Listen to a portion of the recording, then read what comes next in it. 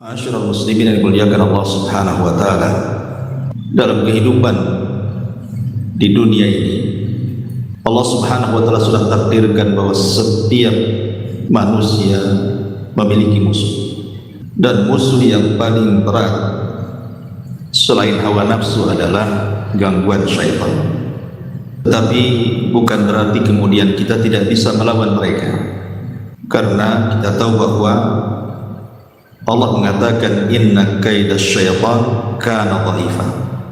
Tipu daya setan itu sebenarnya lemah kalau kita bisa menghadapinya. Maka di dalam Islam ini ada beberapa ucapan ataupun bacaan ataupun doa dan zikir yang kalau kita membacanya, maka doa, bacaan dan zikir ini bisa melawan mereka.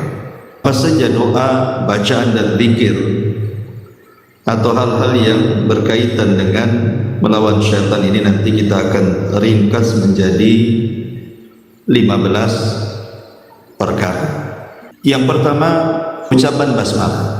Disebutkan dalam sebuah hadis, Nabi sallallahu alaihi wasallam mengatakan satru ma baina ayunil jinni wa awrati bani adam idza dakhala ahaduhumul khala an yaqula bismillah.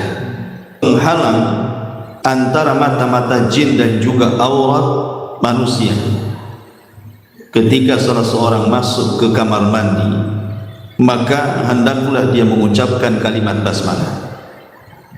Jadi kalau seseorang kemudian membaca basmalah ketika masuk ke kamar mandi atau hendak melakukan buang hajat, maka itu cukup untuk menghalangi pandangan jin dengan aurat kita.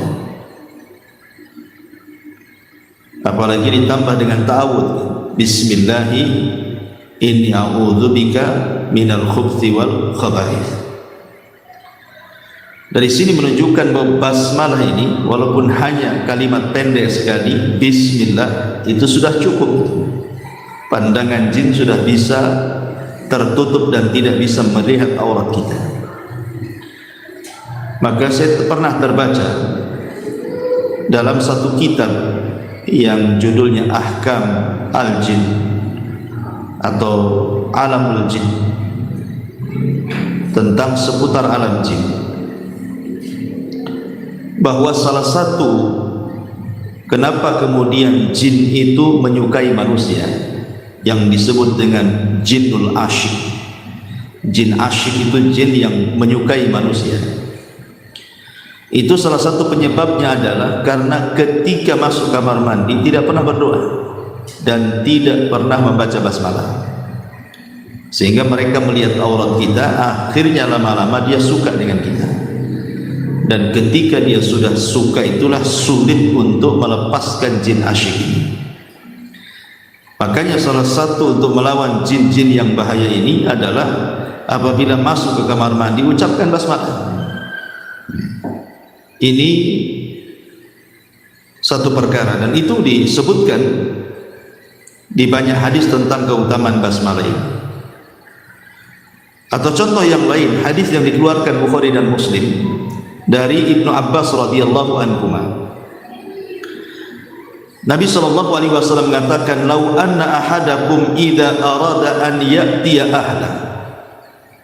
Kalau salah seorang di antara kalian hendak mendatangi istrinya, artinya hendak menggaulinya, qala, dia mengatakan bismillah, Allahumma jannibna syaitan wa jannibi syaitan ma razaqtana, fa innahu an yaqdira bainahuma waladun lam yadurrahu syaitanu abada. Kalau dia hendak menggauli istrinya, dia pun menyebut sebelum menggauli kalimat bismillah dan menambah doa, ya Allah jauhkan syaitan dari kami, ataupun jauhkan syaitan dari apa yang kau akan rizkikan kepada kami, maka syaitan tidak akan memadaratkan selamanya kepada keturunan yang akan dianugerahkan Allah kepadanya. Dan ini salah satu kiat mencetak anak soleh dan solehah itu seperti ini. Dimulai dari ketika seorang suami menggauli istri, sudah mengucapkan basmalah, kemudian tambah dengan doa Allahumma jannibna syaitan wa jannibis syaitan ma razaqtana. Rasul mengatakan tidak akan syaitan memadaratkan dia sedikit pun. Kemudian contoh yang ketiga disebutkan dalam hadis yang sahih yang dikeluarkan Imam Abi Dawud. Jadi suatu ketika ada seorang sahabat mengatakan, aku dibonceng Nabi sallallahu alaihi wasallam. Kuntu radifan Nabi sallallahu alaihi wasallam. Fa'atharat dabatun, tiba-tiba mungkin karena terlalu berat bebannya, akhirnya kendaraan yang dipakai itu kemudian terduduk karena terlalu berat. Tiba-tiba kemudian sahabat ini mencela, ta'isya syaitan, celaka syaitan gitu. Karena kita tahu bahwa unta itu yang ditunggangi, Nabi SAW pernah mengatakan bahwa salah satu binatang yang memiliki tabiat syaitan itu adalah unta. Makanya orang yang memakan daging unta itu disunahkan berwudu, batal wudunya karena memiliki tabiat syaitan. Makanya sahabat ini refleks mengatakan ta'isya syaitan, celaka syaitan. Maka Nabi mengatakan la taqul ta'isya syaitan, jangan kau katakan celaka syaitan. Kenapa? Fa innaka idza qulta dzalik ta'azama hatta yakuna mithlal bayt. Karena engkau kalau mengucapkan celaka syaitan, maka syaitan akan besar kepala, kemudian seolah-olah sebesar rumah. Kemudian kata Rasul mengatakan wa yaqulu bi quwwati, dan setan akan mengatakan, lihat, karena kekuatanku dia takut kepada aku, katanya. Walakin akan tetapi kul, katakan bismillah. Fa innaka idza qulta dzalik, kalau engkau mengucapkan basmalah, tasaghara hatta yakuna mithla dhubab, maka setan akan mengecil seolah-olah seperti seekor lalat. Jadi jangan kita mencela setan dengan mengatakan ta'isa syaitan, celaka kau setan, gitu ya. Kalimat ini membesarkan setan. Tapi kalau kita merasa sial dalam sebuah perkara, umpamanya naik mobil kemudian mogok mobilnya gitu ya, naik motor mogok motornya, jangan dicela, tapi ucapkan basmalah gitu ya. Kemudian contoh yang lain juga hadis Nabi SAW dari Jabir bin Abdullah radhiyallahu anhu. Nabi SAW pernah bersabda, kata Jabir, idza dakhala ar-rajulu baitahu, kalau seseorang masuk ke rumahnya, fa dzakarallaha inda dukhulihi, dia pun membaca basmalah ketika masuk ke rumahnya, wa inda ta'amihi, dan ketika makan di rumahnya, qala syaitanu, maka syaitan akan mengatakan la mabita lahu, tidak ada tempat tidur di rumah ini, wala asya, dan juga tidak ada makanan di rumah ini. Artinya kalau seandainya seseorang masuk ke dalam rumah, sebelum masuk rumah kita mengucapkan basmalah, kemudian mengucapkan salam, kemudian masuk, kemudian setiap makan dan minum dimulai dengan basmalah, maka di rumah kita tidak akan banyak setan, karena setan yang dari luar tidak akan bisa masuk. Makanya kemudian kepala setan akan mengatakan la mabita lakum wala asya, di rumah ini tidak ada tempat tinggal bagi kita dan tidak ada makanan untuk kita. Tetapi sebaliknya kata Rasul, wa idza dakhala, kalau dia masuk, falam yadhkurillah, dan dia tidak baca basmalah, inda dukhulihi, baik ketika masuk rumah ataupun ketika dia makan tidak baca basmalah, maka syaitan mengatakan adraktumul mabit, maka kita ada penginapan di rumah ini, ada tempat untuk tidur bagi kita. Kemudian adraktumul mabita wal asya, bukan hanya tempat tidur, tempat tinggal, tetapi kita juga disediakan makan di sini. Maka jangan pernah kemudian memberi kesempatan setan masuk ke dalam rumah.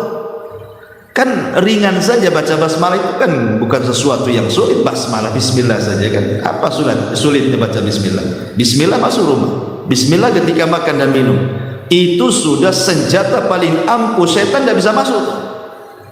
Ini kan luar biasa ya. Masyarul muslimin wal muslimat rahimani wa rahimakumullah. Bahkan ada seorang syekh bercerita, jadi suatu ketika ada asap mengepul di salah satu rumah ada kebakaran. Dari kejauhan itu ada rumah yang terbakar, jadi asapnya ngepul ke atas. Jadi ada orang yang mengatakan kepada orang yang rumah yang sedang kebakaran itu, dia mengatakan, rumahmu kebakaran pun? Dia mengatakan, tidak, rumah saya tidak kebakaran. Kemudian dikatakan, asap itu nampak dari sini, itu dari rumahmu. Dia mengatakan, tidak, aku tidak yakin bahwa rumahku yang kebakaran.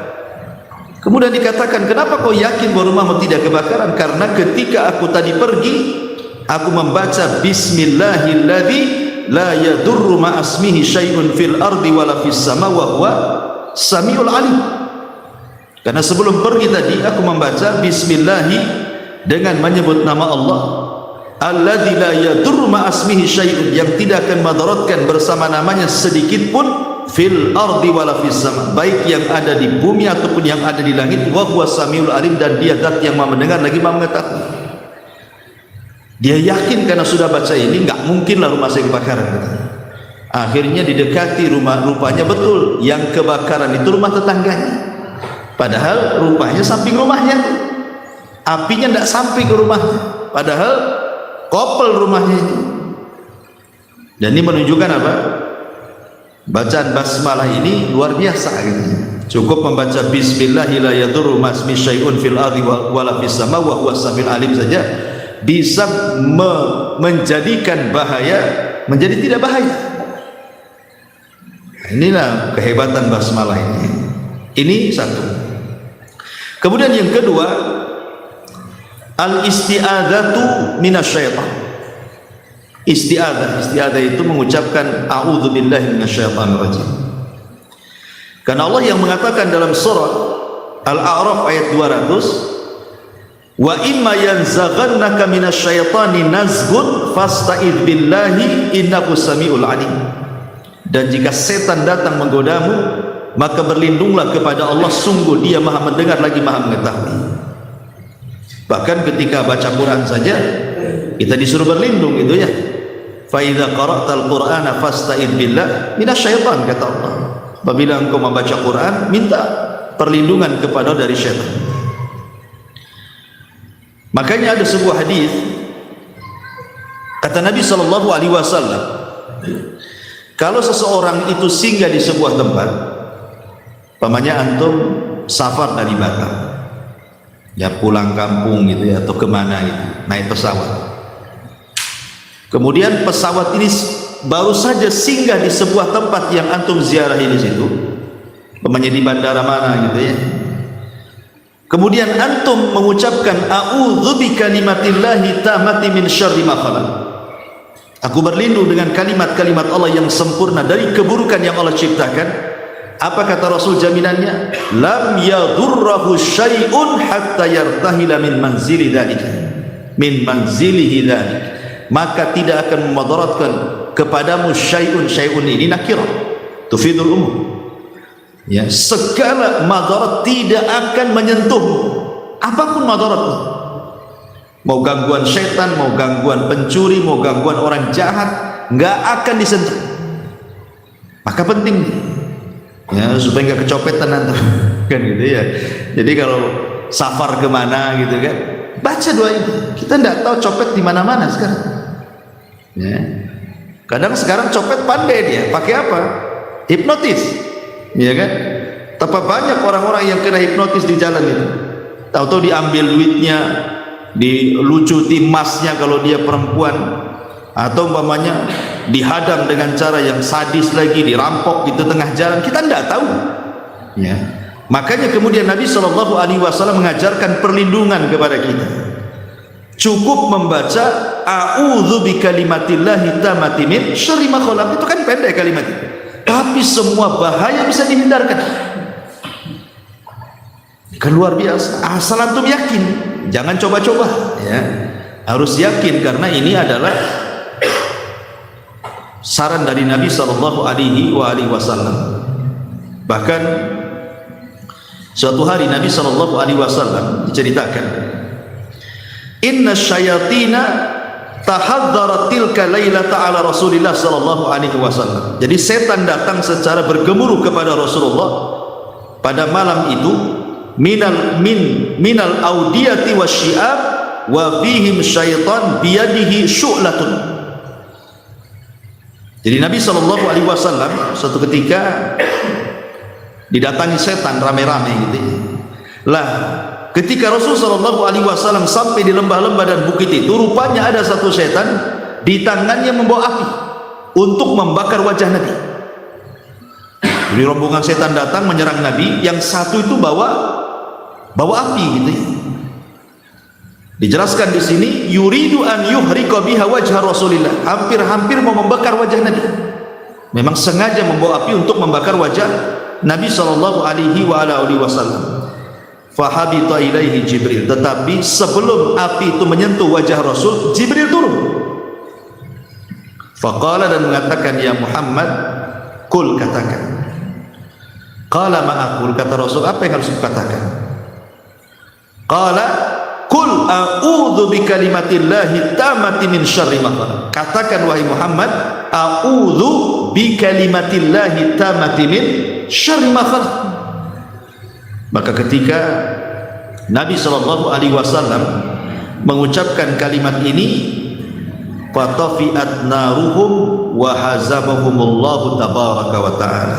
Tiba-tiba lalu api mereka yang dibawa syaitan itu padam, dan Allah tabaraka wa ta'ala menghancurkan mereka. Lihat bagaimana dahsyatnya kalimat a'udzu bikalimatillahi tammati min syarri ma khalaq. Jadi ta'awudz itu penting setiap hari. Tidak mesti umpamanya safar jauh, antum safar bersama keluarga, entah jalan-jalan ke Barelang gitu kan, mau jalan-jalan liburan, rihlah gitu ya. Ya, atau kemana, makanya antum bekerja sebagai salah satu apa yang memang suka di jalan-jalan gitu. Ini penting bacaan ini. Ini yang kedua ya. Ini juga salah satu bacaan yang paling ampuh untuk melawan syaitan dan segala jenis keburukan. Yang ketiga, membaca ayat kursi. Membaca ayat kursi. Karena ayat kursi ini, ikhwan yang dimuliakan Allah Subhanahu wa taala, faedahnya banyak. Kalau antum baca ayat kursi ini di rumah antum, maka ayat kursi ini akan menjadi security, akan menjadi satpam bagi rumah kita. Dari apa? Dari setan-setan yang akan masuk menggoda orang yang ada di rumah itu. Kalau seandainya antum membaca ayat kursi ini di malam hari, maka dia tidak akan mengganggu tidur kita sampai kita bangun. Ya. Kalau seandainya antum membaca di pagi hari sebanyak 3 kali, maka Allah akan menjaga antum sampai sore hari. Dan kalau antum dibaca sore hari, maka Allah akan menjaga antum sampai pagi hari. Ini kan luar biasa. Makanya disebutkan dalam sebuah hadis yang masyhur yang pernah saya ceritakan sama antum, kisah Abu Hurairah radhiyallahu anhu ketika menangkap pencuri kan. Rupanya pencuri itu setan. Nah, salah satu pesan setan ini kepada Abu Hurairah radhiyallahu anhu, "Idza awaita ila firashika faqra ayatal kursi min awwaliha hatta tukhtam al-ayah. Allahu la ilaha illa huwal hayyul qayyum." Kemudian qala li, dia mengatakan kepada fulan, yazala alaika minallahi hafizun wa la yaqrabuka syaitanun hatta tusbiha. Wahai Abu Hurairah, kata setan nih, kalau engkau hendak menuju pembaringanmu, baca ayat kursi dari awal sampai akhir. Allahu la ilaha illa huwal hayyul qayyum sampai akhir, Al-Baqarah 255. Maka setan itu ngomong sama aku, kata, lan yazala alaika minallahi hafid. Kalau engkau membaca ayat kursi itu, maka Allah akan senantiasa memberikan penjagaan padamu, dan tidak ada satu setan pun yang akan mendekati kamu. Karena setan itu paling suka mengganggu orang tidur. Setan kan paling suka mengganggu orang tidur. Makanya orang tidur itu diikat tengkuknya sama setan. Setiap hendak tidur kita diikat tuh tengkuknya 3 ikatan. Belum lagi nanti dimasuki mimpi-mimpi buruk, ya kan? Mimpi-mimpi buruk. Makanya orang yang tidak berzikir sebelum tidur itu macam-macam tuh mimpinya. Ataupun terkadang kemudian ada tanda-tanda setan itu masuk ke dalam tubuh orang yang sedang tidur itu.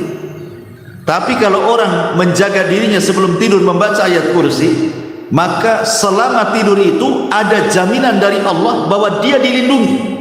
Jadi Allah yang lindungi itu. Kalau Allah sudah yang melindungi, tidak ada satu makhluk pun bisa mendekati dia. Hatta para penyihir yang menyihir kita gitu ya, yang menghantarkan jin-jin yang jahat untuk menyihir kita saat kita tidur, kalau sudah dilindungi Allah, maka tidak ada yang bisa memadaratkan dia. Allah yang melindungi. Maka ayat kursi juga adalah yang paling mantap untuk senjata melawan syaitan. Termasuk juga yang keempat, membaca akhir surah Al-Baqarah juga sama. Amanah Rasul sampai akhir itu. Karena dalam sebuah hadis dari Abi Mas'ud Al-Badri radhiyallahu anhu dari Nabi sallallahu alaihi wasallam, man qara'a bil ayataini min akhir surah Al-Baqarah fi lailatin kafatahu. Subhanallah. Ya. Barang siapa yang membaca dua ayat dari akhir surah Al-Baqarah, dua ayat saja dari akhir surah Al-Baqarah dimulai dari amanah Rasul itu, kata Nabi sallallahu alaihi wasallam, fi lailatin, di sebuah malam, kafatahu. Apa sih kafatahu itu? Artinya mencukupkan bagi dia, akan dijauhkan al-makruh, segala yang tidak disukai baginya. Allah akan cukupkan segala sesuatu bahaya yang akan mendekati dia, maka Allah akan cegah. Nah, ini juga luar biasa. Hanya dua ayat saja akhir surah Al-Baqarah sudah bisa melawan gangguan syaitan. Kemudian yang nomor 5, membaca surah Al-Baqarah secara keseluruhan, kan? Ini lebih hebat lagi. Karena Rasul yang mengatakan la taj'alu buyutakum kuburan fa innal baita alladhi yuqra'u fihi suratul Baqarah la yadkhuluhu syaitan. Jangan kau jadikan rumah kalian seperti kuburan, karena rumah yang dibacakan surah Al-Baqarah dipastikan tidak ada setan di rumah itu. Ada yang mengatakan bahwa setan akan lari dari rumah yang dibacakan surah Al-Baqarah itu berapa hari? 3 hari. Tidak akan masuk. Makanya pernah saya ceritakan sama antum kan, ketika seorang penyihir ingin menyihir seorang wanita, tiba-tiba kemudian penyihir ini angkat tangan, tidak bisa menyihir. Akhirnya berpindah ke tukang sihir di atasnya. Rupanya tukang sihir di atasnya angkat tangan juga. Akhirnya cari tukang sihir yang lebih sakti lagi di atasnya lagi. Rupanya tidak sanggup juga. Kata tukang sihir yang paling atas itu, dia mengatakan, aku sudah mengerahkan maradatus syaitan, katanya. Marodah itu artinya jin-jin yang paling jahat, itu marodah disebutnya. Aku sudah mengerahkan marodah, katanya. Maka marodatul jin pun tidak sanggup. Dan marodah itu menghabarkan kepadaku bahwa bagaimana mungkin aku akan menyakiti wanita itu kalau wanita itu setiap malam membaca surah Al-Baqarah. Luar biasa gitu ya. Ini surah Al-Baqarah ini bisa melawan syaitan luar biasa. Makanya dalam sebuah hadis dari Abi Umamah Al-Bahili radhiyallahu anhu, Iqra'ul Qur'ana fa innahu ya'ti yaumal qiyamati syafi'an li ashabi. Iqra'u zahrawaini Al-Baqarah wal Imran fa innahuma ta'tiyan yaumal qiyamah ka'annahuma ghamamatani aw ka'annahuma ghayayatani aw ka'annahuma firqani min tayri sawaf tuhajani an ashabihima. Iqra'u surat Al-Baqarah fa inna akhdaha barakah wa tarkaha hasratah wa la tastati'uhal batalah. Kata Nabi sallallahu alaihi wasallam, bacalah Al-Quran karena ia akan menjadi syafaat bagi para pembacanya. Bacalah dua bunga, maksudnya Al-Baqarah dan Al-Imran. Pada hari kiamat nanti keduanya akan datang seolah-olah dua gumpalan awan, atau seperti dua bayang-bayang, atau seperti dua gerombolan burung-burung yang berbaris yang akan membela para sahabatnya. Kemudian Rasul mengatakan, bacalah surah Al-Baqarah karena jika mengambilnya, membaca dan menghafalnya itu sebuah keberkahan, dan jika meninggalkannya itu sebuah kerugian, dan jika dia membaca surah Al-Baqarah itu, maka tidak mungkin satu kejahatan, keburukan pun, baik dari tukang sihir, setan dan yang semacamnya, mampu melawannya. Enggak ada yang bisa melawan. Ya, setan-setan yang kuat saja tidak bisa orang melawan orang yang membaca surah Al-Baqarah. Ini kan luar biasa. Ini yang nomor 3. Yang nomor 6, biasakan membaca doa keluar rumah.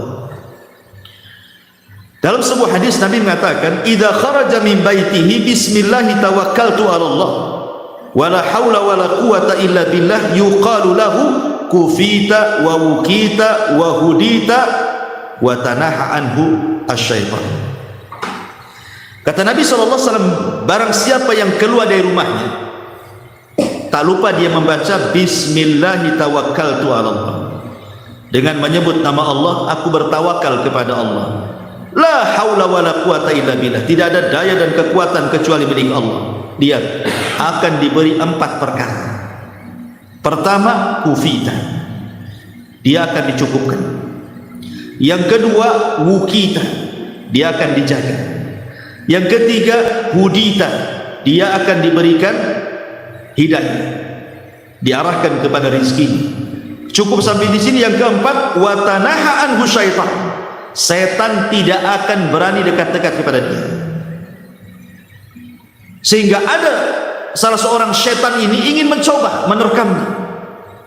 Kata Nabi SAW, ketika ada orang keluar rumah, kemudian dia membaca bismillah tawakkaltu 'ala Allah la haula wa la quwata illa billah, kemudian Rasul mengatakan orang ini akan dicukupkan, akan dijaga, akan diberikan hidayah, dan setan tidak akan mendekat. Jadi ada satu setan ini yang berusaha menerkam orang ini untuk menyakitinya.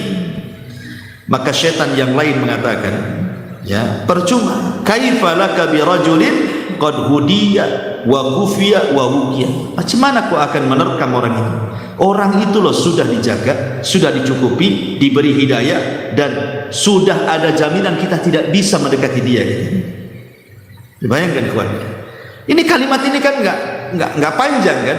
Keluar rumah bismillah tawakkaltu 'ala Allah la haula wala quwata illa billah. Subhanallah. Kita mendapatkan 4 keutamaan. Dijaga kita ini sampai kita pulang. Ikhwan, antum meninggalkan rumah itu, kita tidak tahu apa yang terjadi di rumah itu. Entah ada perampok yang masuk rumah kita, entah tahu-tahu konsleting listrik akhirnya kebakaran, ya kan? Entah terjadi apa-apa dengan anak kita, entah disakiti itu apa, kita tidak tahu loh ya. Lah, ketika kita keluar rumah supaya rumah dan isinya terjaga oleh Allah Azza wa Jalla, tinggal baca doa ini saja. Bismillah tawakkaltu 'ala Allah la haula wala quwata illa billah. Selesai. Belum lagi kalau antum kemudian keluar rumah masuk ke pasar umpamanya kan. Pasar ini tempat ma'rakatus setan ya kan. Tempat perangnya setan, di mana bendera setan itu ditancapkan di pasar kan. Tapi bagi orang yang keluar rumah sudah membaca bismillah tawakkaltu 'ala Allah la haula wala quwata illa billah, sehebat apapun perang di dalam pasar oleh setan itu enggak akan peduli. Kenapa? Karena kita sudah ada jaminan kita dicukupkan dari semua urusan dunia dan akhirat. Kita sudah dijaga dari setiap kejahatan musuh setan, sihir, hasad dan yang lainnya. Bahkan kita sudah diberikan hidayah, diberikan rizki berupa hidayah, dan setan tidak mungkin dekat-dekat kita. Walaupun kita masuk ke tempat setan, pasar kan tempat setan kan, walaupun kita masuk ke tempat setan sekalipun, setan gak akan dekat. Bayangkan coba, luar biasa ini kalimat bismillah tawakkaltu 'ala Allah la haula wala quwata illa billah. Kemudian yang nomor 7, membaca 3 qul huwallahu ahad, qul a'udzu birabbil falaq, qul a'udzu birabbin nas. Kata Nabi SAW, kalau antum baca 3 qul ini 3 kali saat pagi dan 3 kali saat petang, pagi 3 kali, petang 3 kali, apa yang terjadi? Takfika fi kulli syai', itu sudah mencukupkan kamu untuk terbebas dari segala sesuatu yang mengganggumu. Kita tidak tahu satu hari ini ada gangguan apa sama kita kan, tapi cukup dibaca 3 kali pagi, 3 kali petang, segala sesuatu yang akan mengganggu kita gak akan ada gunanya, karena kita dijaga oleh Allah Azza wa Jalla. Makanya salah satu asbab nuzul daripada muawwidhataini qul a'udzu birabbin nas dan qul a'udzu birabbil falaq itu apa? Tersihirnya Nabi. Ya kan? Nabi tersihir oleh Labid ibn A'sam sampai 6 bulan. Kemudian turun malaikat Jibril dan Mikail. Kemudian meruqyah Rasul dengan apa? Dengan menurunkan surah muawwidhataini, lepas sihir Nabi. Jadi jelas ini surat ini jangan pernah ditinggalkan. Ya, supaya kita tidak diganggu setan. Gangguan setan ini bahaya karena melemahkan ibadah, malas sholat gitu ya, malas untuk berzikir, malas segalanya. Kita dijauhkan dari Allah Subhanahu wa taala. Kata Nabi sallallahu alaihi wasallam, bahkan Nabi itu kalau mengeluh sebuah sakit, Nabi itu kalau sakit namanya kan, entah sakit kepala entah apa gitu kan, maka Nabi sallallahu alaihi wasallam akan membaca muawwidhataini, kemudian akan meniup-niup, kemudian akan meletakkan di tempat sakitnya. Ya. Makanya Aisyah radhiyallahu anha ketika Nabi sallallahu alaihi wasallam sakit, maka dia berusaha meruqyah dengan muawwidhataini. Karena itu ayat ruqyah, salah satu ayat ruqyah itu adalah membaca muawwidhataini. Nah, ini sebenarnya 7 perkara ini saja kalau antum lakukan setiap hari, antum ini hidup bebas ya, nggak ada yang mencelakakan antum. Kalau 7 perkara ini saja antum lakukan lah pemain. Ya. Saya ulangi, yang pertama antum jangan lupa suka baca basmalah. Kemudian yang kedua perbanyak isti'adzah. Kemudian yang ketiga jangan lupa baca ayat kursi. Kemudian yang keempat baca 2 surat akhir Al-Baqarah. Kemudian yang kelima baca surah Al-Baqarah secara keseluruhan. Kemudian yang keenam membaca doa keluar rumah, dan yang terakhir yang ketujuh membaca 3 qul. Ini sudah cukup, ini senjata yang paling ampuh melawan setan sebenarnya. Ya, melawan setan, melawan hasad, melawan sihir, macam-macam bisa dilawan dengan 7 perkara ini. Cukup mengamalkan 7 perkara ini sebenarnya. Tapi saya akan tambah, ya, yang nomor 8 tentu bukan terkait dengan bacaan. Kalau nomor 8 dan seterusnya terkait dengan perbuatan. Ya. Yang nomor 8 adalah bertawakal kepada Allah. Karena tawakal itu artinya seseorang menyandarkan diri kepada Allah. Dan setan paling tidak suka dengan orang yang menyandarkan kepada Allah. Setan itu akan datang berikan waswas supaya kita putus asa. Makanya setan paling tidak suka orang yang tawakal itu. Ya, ini yang ke-8. Yang ke-9, tinggalkan maksiat. Karena setan itu yang menciptakan maksiat kan itu. Memberikan waswas untuk maksiat itu setan itu. Jadi kalau kita melawan setan dengan cara meninggalkan maksiat, baik maksiat lisan, banyak ngomong, akhirnya mengeluarkan kata-kata yang tidak baik, atau mungkin maksiat perut, memasukkan harta-harta haram ke dalam perut, atau kebanyakan tidur akhirnya malas ibadah, ataupun maksiat-maksiat yang sifatnya kesyirikan, bid'ah, dosa besar, dosa kecil, dan begitu seterusnya, maka ini perkara yang tidak disukai setan. Jadi kalau kita berusaha meninggalkan maksiat, setan itu akan kecewa, ya. Kemudian yang nomor 10, baca Quran. Secara umum membaca Quran itu setan tidak suka. Secara umum membaca Quran itu setan tidak suka, ya. Kemudian yang nomor 11, berdoa.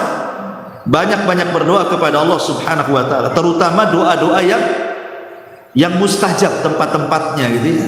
Seperti namanya doa di hari Jumat antara 2 khutbah bagi laki-laki, atau di hari Jumat ba'da asar sampai maghrib itu kan mustajab, ya, atau sepertiga malam akhir, atau di waktu pagi setelah subuh sampai terbit matahari, dan begitu seterusnya.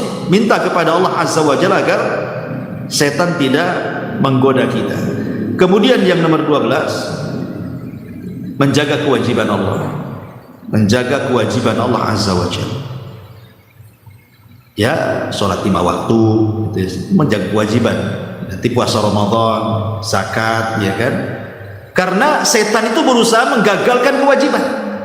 Contoh, Allah mengatakan ya'idukumul faqra wa ya'murukum bil fahsyah. Setan akan datang kepada orang yang mau zakat, kemudian dihembuskan di telinganya, jangan zakat, jangan zakat. Ya'idukumul faqra, maka engkau akan fakir, gitu. Jadi diberikan waswas jangan zakat, nanti fakir. Wa ya'murukum bil fahsyah, kemudian memerintahkan untuk berbuat jahat akhirnya kan? Dengan tidak zakat disuruhnya, bagusnya uang itu tuh maksiat aja, diberikan waswas. Disuruh tidak zakat tetapi uang itu disuruh untuk maksiat gitu ya. Memang setan tidak suka dengan orang yang melaksanakan kewajiban, apalagi yang menambah dengan yang sunnah gitu. Makin dekat lagi dengan Allah. Karena dalam sebuah hadis kursi Rasul mengatakan, Allah berfirman itu, wala yazalu abdin yataqarrabu ilayya bin nawafil hatta uhibbahu. Kalau hamba ini sudah melaksanakan kewajiban Allah ditambah dengan yang sunnah, maka aku makin mencintai dia, kata Allah. Aku akan jadi pendengarannya, penglihatannya, tangannya, kakinya, dan begitu seterusnya kan. Nah, setan mau bisa apa coba kalau sudah Allah seperti ini dengan hamba ini ya.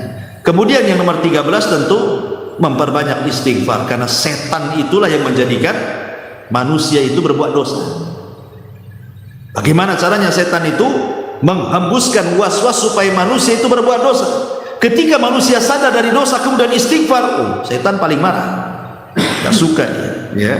Maka perbanyaklah istighfar. Kemudian yang nomor 14, menuntut ilmu. Karena bagaimanapun setan tidak suka dengan orang yang berilmu. Dibuatnya orang jahil supaya nggak paham ibadah, ya kan? Akhirnya karena tidak paham ibadah jatuh ke bid'ah, ya, jatuh ke syirik, jatuh ke tidak ikhlas, jatuh ke riya, jatuh ke sum'ah, jatuh ke takabur. Itu setan paling suka. Tapi kalau orang sudah punya ilmu, dia bisa melawan. Berarti orang ini bisa melawan saya nih, karena ada ilmunya masalahnya kan. Orang kalau ada ilmunya kan enak ngelawannya. Setan tidak suka dengan para penuntut ilmu ya. Kemudian yang nomor 15 yang terakhir adalah menjaga zikir.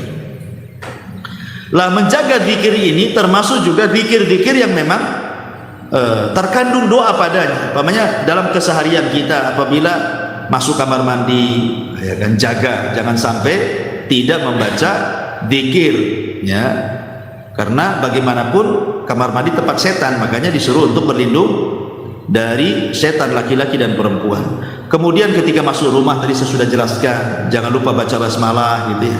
Kemudian ketika keluar rumah jangan lupa baca bismillahirrahmanirrahim tawakkaltu 'ala Allah la haula wala quwata illa billah gitu ya. Kemudian juga ketika keluar dari masjid ya, kata Nabi SAW dalam sebuah hadis, barang siapa yang keluar dari masjid itu kemudian dia mengucapkan Allahumma gfirli dhunubi, ya Allah ampuni dosa-dosaku. Dalam tambahan ada riwayat yang lain yang dihasankan oleh Syekh Nasiruddin Al-Albani rahimahullah, ada tambahan Allahumma sinni min syaitan, Allahumma sinni min syaitanir rajim, ya Allah mudah-mudahan engkau menjaga diriku dari gangguan syaitan. Nah itu juga dianjurkan, termasuk juga jangan lupa zikir pagi dan petang, itu sudah jelas ya. Kalau zikir pagi dan petang itu memang luar biasa. Antum kalau melazimkan zikir pagi dan petang, nggak akan ada setan dekat-dekat dengan antum. Kemudian juga termasuk kalau antum mimpi buruk, kan itu kan dari setan mimpi buruk itu ya. Jangan dibiarkan. Kalau antum lagi mimpi buruk jangan dibiarkan. Apa yang dilakukan? Lekas antum baca ta'awudz, berlindung kepada Allah. Kemudian sebagai bentuk penghinaan setan karena sudah mengganggu dia dalam tidurnya, ludahi ke arah kiri 3 kali. Meludah ke arah kiri itu dalam bentuk menghina setan itu. Ya. Kemudian supaya antum tidak diganggu lagi, setelah antum baca ta'awudz, kemudian antum hinakan setan dengan meludah ke arah kiri 3 kali, sebagai bentuk tafaul antum ganti posisi. Supaya diganti dari mimpi buruk menjadi mimpi baik, itu maksudnya. Diganti posisi. Ya, dan jangan ceritakan kepada siapapun. Nggak boleh mimpi buruk, nggak boleh ceritakan kepada siapapun karena takut ditakwil dengan keburukan. Mimpi baik saja tidak boleh sembarang cerita. Boleh cerita kepada orang yang suka dengan antum. Kalau diceritakan kepada orang yang tidak suka, takut takwilnya nggak bagus. Itu mimpi baik itu kan. Nggak sembarang orang cerita, apalagi mimpi buruk gitu kan. Ya, maka 4 perkara dalam mimpi buruk ini antum melakukan. Pertama ta'awudz, yang kedua meludah ke arah kiri sebagai bentuk penghinaan setan, yang ketiga langsung bertukar posisi supaya dipindah dari mimpi buruk ke mimpi baik, kemudian jangan ceritakan kepada siapapun. Itu caranya ya. Ini pun harus dilakukan, dan ini dalam bentuk menghindarkan diri kita dari setan. Termasuk juga tadi kalau hendak menggauli istri, maka jangan lupa juga membaca basmalah ya. Bismillahi Allahumma jannibna syaitan wa jannibi syaitan ma razaqtana.